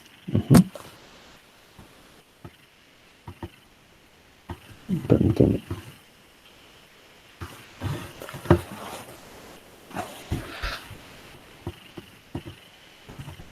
No se escribe a mi pluma. Ahí está. Son las variables ligadas de z unión x porque la cuantifiqué. Y de este lado son, vean, gamma es una fórmula atómica, entonces no tiene variables ligadas, ¿no? Entonces son unión el vacío. Y esto entonces, en este caso, las variables ligadas de z Z, acuérdense que es la parte sin cuantificar de eta, P11 de X, entonces es el vacío, porque de una atómica no hay ligadas, entonces sería vacío unión X, unión el vacío, y esto pues se dan cuenta que me da X. Entonces el conjunto de variables libres y ligadas en esta fórmula es distinto, pero hay una cosa que a lo mejor les puede desconcertar. Lo que les puede desconcertar es que X aparece en ambos conjuntos. Eso no tiene nada de malo, en principio, que X aparezca en ambos conjuntos. ¿Por qué? Porque X esta fórmula la podemos partir en dos, un antecedente y un consecuente, y entonces X aparece ligado en el antecedente y aparece libre en el consecuente, y por lo tanto pues está en los dos. Uno podría decir que la primera aparición de X es ligada y la segunda aparición de X es libre. No tiene nada de malo, el lenguaje lo permite, se presta ambigüedades, por supuesto. Si ustedes, no sé, pensemos en un nombre, Eleuterio. Si ustedes, como es un nombre poco frecuente, el español tiene la tendencia a utilizar estos nombres poco frecuentes como una forma de anonimizar afirmaciones. Entonces, ustedes podrían tener el caso de que conocen el Eleuterio real, pero alguien que no lo conozca podrá decir cosas como, cualquier Eleuterio podría pensar esto. Bueno, pues sí, a esa persona le suena común para todo X puede pensar eso. Mientras que ustedes que sí conocen un individuo de ese nombre, ya no les suena así. Entonces se presta confusión utilizar las palabras de esa manera, ¿se dan cuenta? Utilizar el Eleuterio como un genérico y utilizarlo como un término particular, como un nombre de alguien que sí existe, ¿no? Entonces, por esa razón, uno podría recomendarles, no lo hagas. Si utilizas una variable libre en una fórmula, no la utilices también ligada, o viceversa. Si la utilizas ligada, no la utilices también libre. Pero el lenguaje no lo prohíbe. En el lenguaje está permitido. Entonces, es nada más una recomendación que yo les hago. En la misma fórmula no lo utilicen libre y ligada en la misma variable, no lo utilicen libre y ligada en la misma fórmula, pero es permisible. Con un ejemplo. ¿Preguntas? ¿No? Bien. Bueno, entonces, ya que saltamos esta parte, voy a pasar a otra que es todavía más técnica y que va a ser la última parte así ultra técnica del curso, creo, que es la sustitución en términos. ¿Por qué quiero ver esto? Porque nos va a hacer falta para deducción natural. En deducción natural vamos a estar utilizando sustitución en términos. ¿Qué es la sustitución en términos? Ustedes pueden tener una variable y a veces pueden querer cambiar esa variable por algún otro término arbitrario. ¿Por qué razón? Porque pues les puede convenir para alguna operación. En deducción natural la vamos a utilizar, por ejemplo, para eliminar o para reintroducir cuantificadores, la sustitución. Entonces hay que aprender a hacerlo sin violar las restricciones de libre o ligado que acabo de presentar. Entonces empiezo con la sustitución en términos aquí en la lámina. Vean cómo les estoy diciendo lo siguiente. Tomo de este lado un término y estoy ordenando que en ese término yo reemplazo la variable x por el término t. Entonces estas 4 reglas me dicen cómo hacerlo. La primera regla me dice, mira, si tu término es la variable x y quieres cambiar a x por t, lo represento con este símbolo de 2 puntos seguidos de un igual, entonces lo que haces es, pues quitas al x y pones a t. Dicen que es como una regla de sustitución, así simple de... en lugar de donde veas x, pon una t. Entonces, pues, donde vi una x, pues puse una t. Eso es lo que me dice la primera regla, bastante simple. ¿Qué tal si mi término es otra variable? En este caso, la variable y pues la variable y no es la misma que la variable x. Aquí estoy diciendo eso. Si x y y no es la misma variable, y te digo, en y, reemplaza x por t. Lo que hago es no hacer nada, porque x no aparece en y. ¿Se dan cuenta? Son variables diferentes. ¿Qué pasa ahora si les digo, mira, en el término constante C, quiero que me cambies a X por T? Y la respuesta es, no hago nada tampoco. ¿Por qué? Porque C es una constante. Para empezar, la variable X no puede aparecer en C porque es una constante. Y la segunda, pues es una constante. No puedo andarla cambiando, ¿no? Lo que pasa con los nombres propios. Ustedes tienen un nombre propio en un testamento.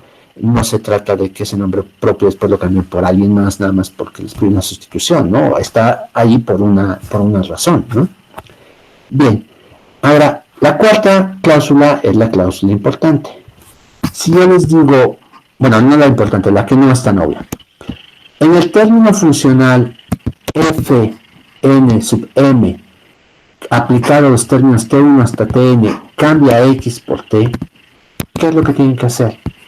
Lo que hacen ustedes es que se saltan el símbolo funcional, lo dejan tal y como estaba, pero en cada uno de los términos que están aquí, aplican la sustitución de x por t. Eso es lo que tienen que hacer. Ahí voy a poner un ejemplo de esto. Antes sería el ejemplo, ¿dudas? ¿Me podría repetir el 3, por favor? El 3. La constante no cambias nada. Ya, por ejemplo, aquí lo vuelvo a escribir. Yo te digo, aquí en C, cámbiame a X por Y. Y la respuesta es, pues no te lo puedo cambiar porque C es una constante y entonces te quedas con C. Ajá, ahí está. Eso es lo que estamos diciendo nada más en esa. Que las constantes no se pueden cambiar. Pero supónganse que yo les digo, mira, en el término F11 de F22 de X, F11 de X cambia, voy a cambiar una de estas, permítanme.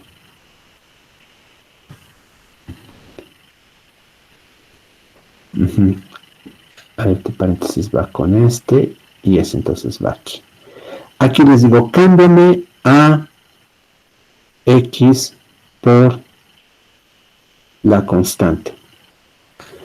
Y entonces el resultado de esto va a ser, vean, me salto este, y entonces aquí en F22, que es el argumento de F11, aplico la sustitución de X. Aquí cambio a X por C.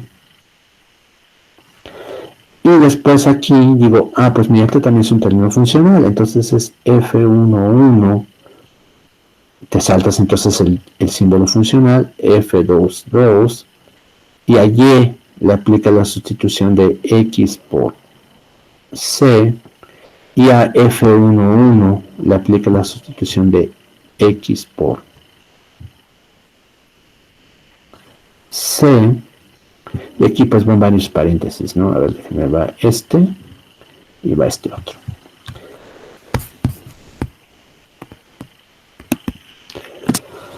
Entonces, pues esto pues me da lo siguiente, sigo con los mismos símbolos funcionales, F11 de F22, sí es F22, ¿verdad? Desde el principio no, sí, F22. Vean cómo a la Y le toca la cláusula 2. Como Y y X no es una misma variable, entonces la Y queda igual. Y a la F11 de X le toca la cláusula 4, ¿no? Y aquí entonces sí hago el cambio. Entonces sería F11 de C. Ahí está. Ese es el resultado final de aplicar esta sustitución al término. Lo que hago es descender en los argumentos hasta encontrarme uno de los tres casos básicos, 1, 2 o 3. ¿Alguien quería decir algo? Profesor, una duda, ¿por qué no se sustituyó Y por C? Porque Y no es X. Mira, la cláusula 2 te dice eso. La cláusula 2 te dice, si te digo que hay en X cambies a X por algo, pues tú la cambias. La cláusula 2 te dice, si te digo que en otra variable distinta a X cambies a X por algo, no lo cambias. Es lo que te dice la cláusula 2. Ya, claro, sí, perdón. Sí, esa es la razón. X es la variable a sustituir en un caso y en otro caso, pues, X es la variable a sustituir, pero la variable a la que estás tratando de reemplazar es distinta. ¿Sí? Bien. ¿Preguntas? ¿Más preguntas?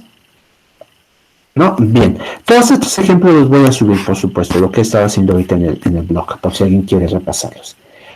El punto es que entonces, esa es la parte fácil, por supuesto, sustituir en términos. Lo que se trata es descender en la complejidad de los términos hasta llegar a los términos simples que pues son variables y constantes. Y ahí ya saben qué hacer. Constantes no hacen nada. Variables, pues vean si la variable a sustituir es la misma variable a la que le tienen que aplicar la sustitución. Si la respuesta es sí, pues escriben el término. Si la respuesta es no, no hacen nada.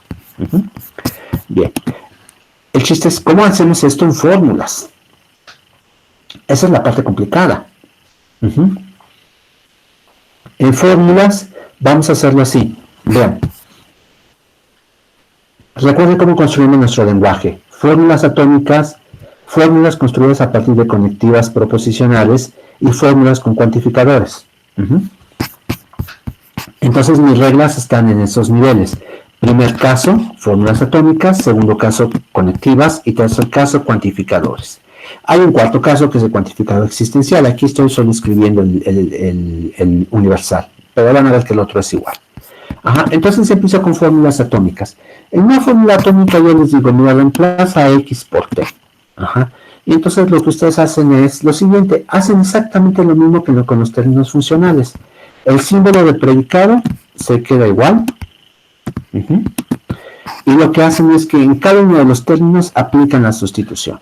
Aquí un ejemplo muy sencillo, en el blog sería algo así como esto. El predicado con dos argumentos de X, Y, aplica la sustitución de X por C, y entonces pues ya se imagina la respuesta. Este queda así igual, X y Y, X coincide con la variable a sustituir, entonces la cambiamos por C, me estoy saltando pasos, pero ya se imaginan cuáles son, y Y no es la misma variable que X, y por lo tanto Y se queda como estaba.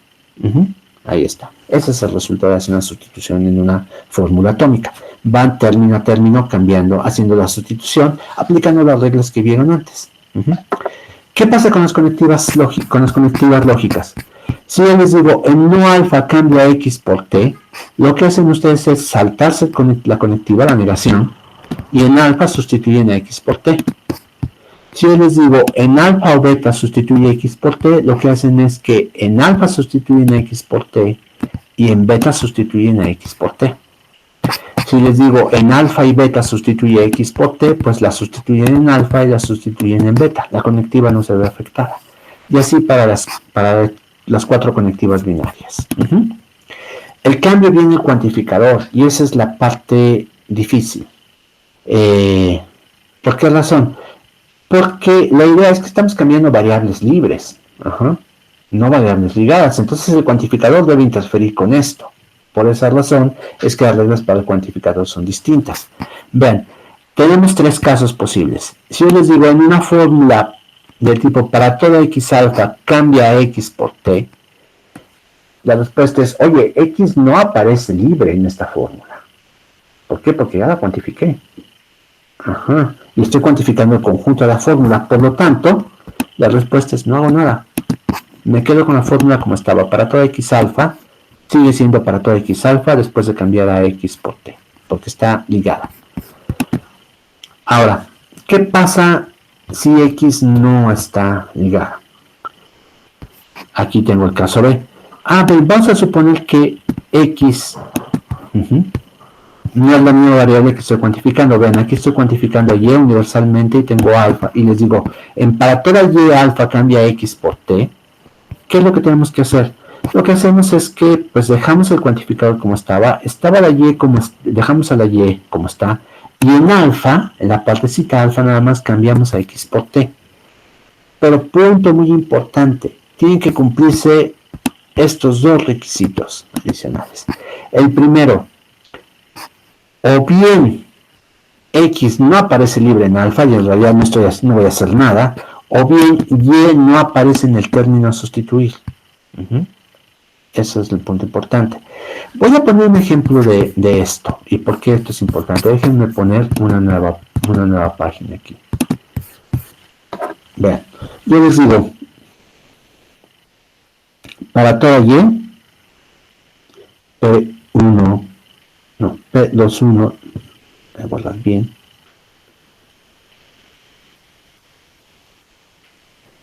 de X, Y.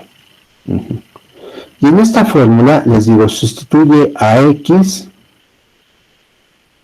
por Z. Entonces el resultado de esto va a ser, pues, a ver, aquí la cláusula B me dice, no haces nada con el cuantificador, no haces nada con la Y. Pero en esta parte, aplica la sustitución.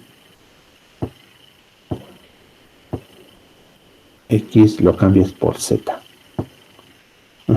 Y esto entonces me va a dar, para toda Y,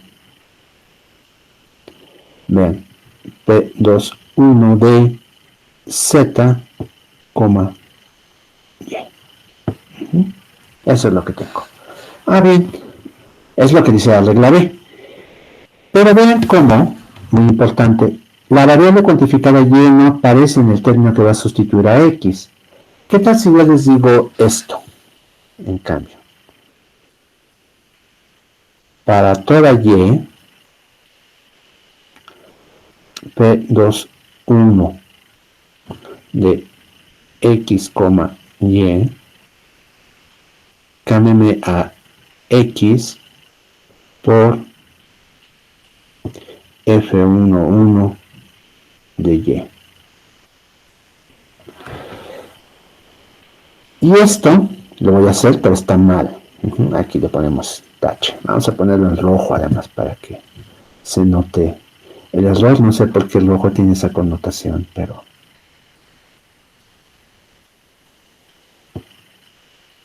esto está mal. Sería, ustedes dirán, mira, entonces haces lo mismo para toda Y, la dejas igual, y en P21 de X, Y, aquí haces tu sustitución. X lo cambias por F11 de Y. Y esto pues nuevamente está mal, pero aquí lo vamos a permitir. Y entonces tendríamos para toda Y P21 de F11 de Y, Y.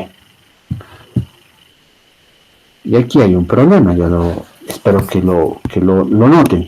Vean, el problema aquí, en este caso, es que mi fórmula originalmente me decía, mira, toda variable está relacionada con este objeto, todo objeto del universo, por eso para toda Y, está relacionado con este Z.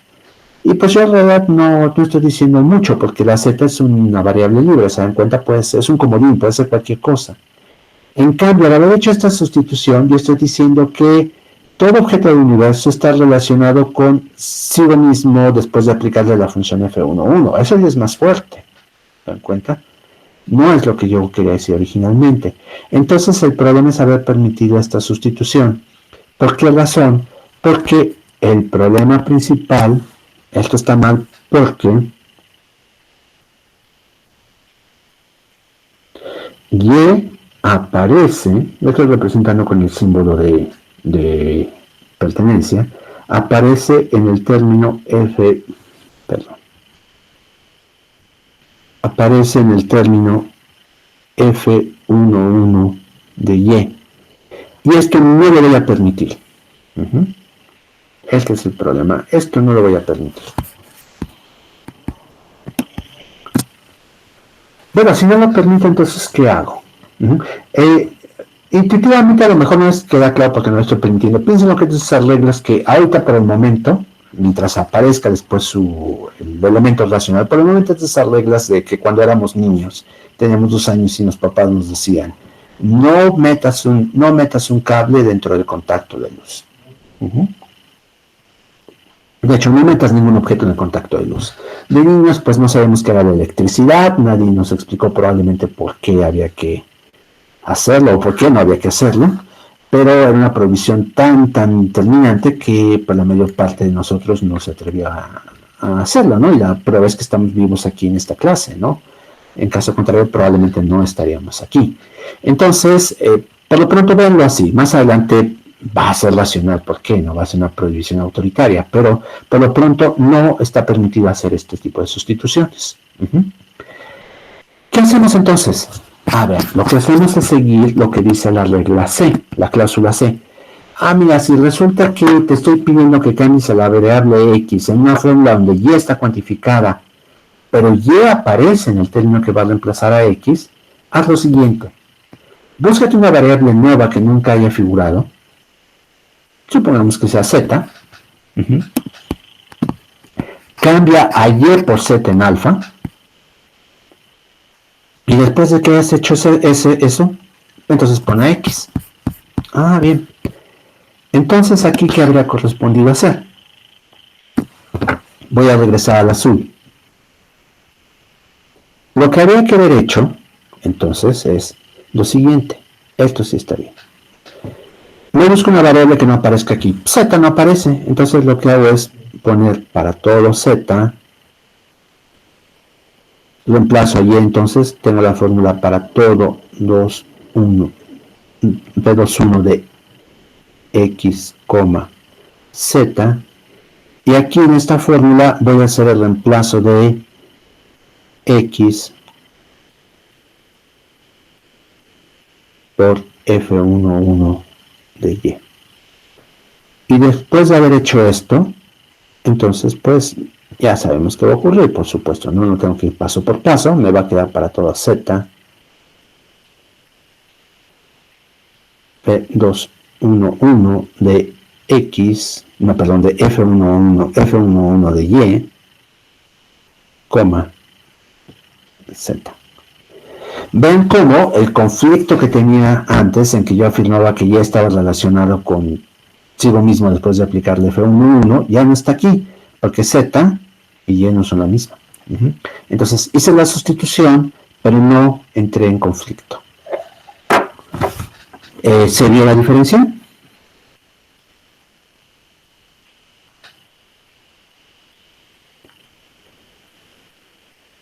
Bien, no sé cómo interpretar ese silencio. Yo creo que varios de ustedes a lo mejor lo que quieren hacer es regresar a las láminas y ver con calma qué estoy haciendo en cada paso de la definición. Entonces, pues sí, por favor, háganlo.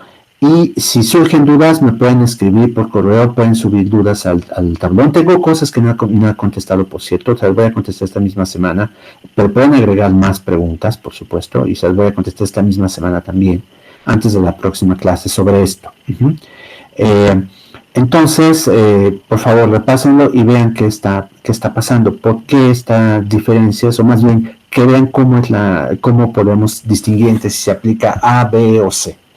Es importante que se distinga esto. Y para el cuantificador existencial hay reglas equivalentes, nada más cambian el universal por existencial y las reglas son exactamente las mismas, para evitar este conflicto cuando efectuemos sustituciones. En los ejercicios que los dejé vienen varios ejemplos de sustituciones. Los que ya se sientan con confianza después de repasar las láminas, por favor háganlo. Pero los que no, voy a volverlos a ver en 2 semanas para que haya oportunidad de que planteen primero sus dudas. ¿Les parece bien? Bien. Ahora, voy a hacer un último ejemplo, porque esto se complica un poco más. No hay nuevas reglas, sino que simplemente podemos tener fórmulas como las que tenía hace rato. ¿Se acuerdan que tenía la misma variable libre y ligada en 2 partes? Entonces voy a repetir ese ejemplo. Existe X tal que P11 de X implica P21 de X, Y. Y en toda esta fórmula les pido que cambien a X. A ver, permítanme, ya no ocupo aquí. que cambien a X, vamos a escribirlo aquí, por C. Un ejemplo sencillo. Entonces la regla que aplicamos aquí es la regla, a ver, ¿alguien quiere postular a la regla que correspondería aplicar?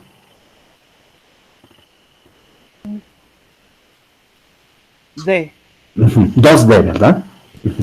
Bien, 2D. 2D, exactamente. Esa es la regla que correspondería aplicar. Existe X tal que P11 de X.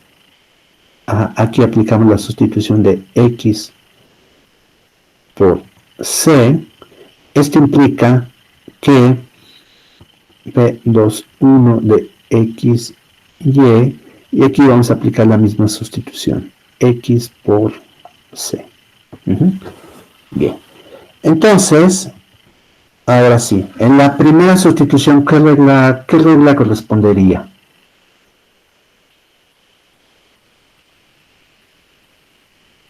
¿3A? 3A, exactamente. X coincide exactamente con la variable a sustituir. Entonces, 3A lo que nos da es esto, X, P11 de X, implica, y la segunda, ¿cuál correspondería?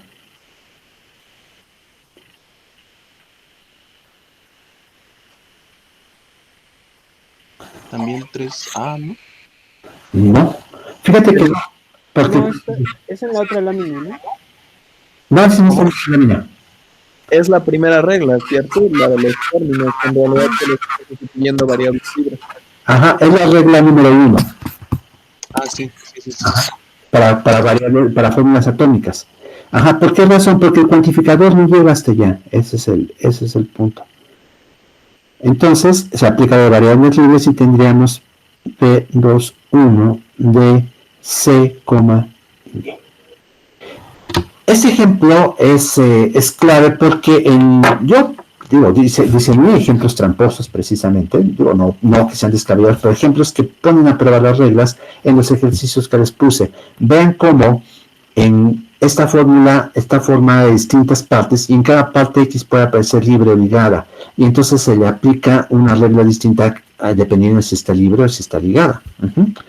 Entonces, es lo que ustedes tienen que hacer aquí en este caso, buscar si X está libre o ligada, y si está libre aplican una regla, si está ligada aplican otra regla.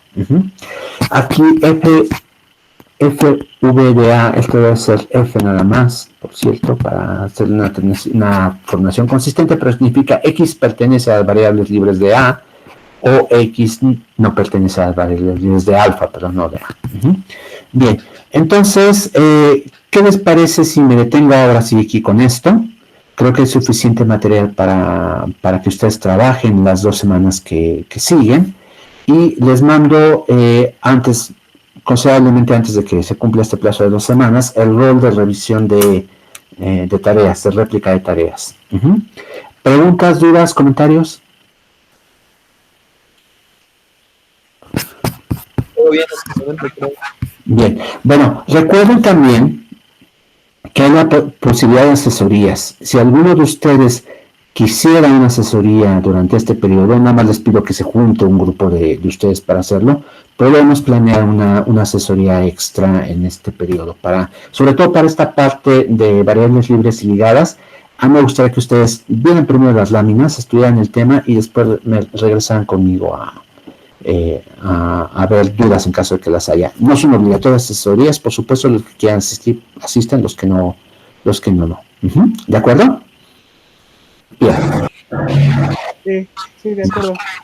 Perfecto. Entonces, yo subo hoy la lámina con las correcciones que vimos hoy, que estos errores que puse en estas láminas nuevas, y subo esta clase y lo que acabo de hacer en el blog también, para que lo puedan consultar.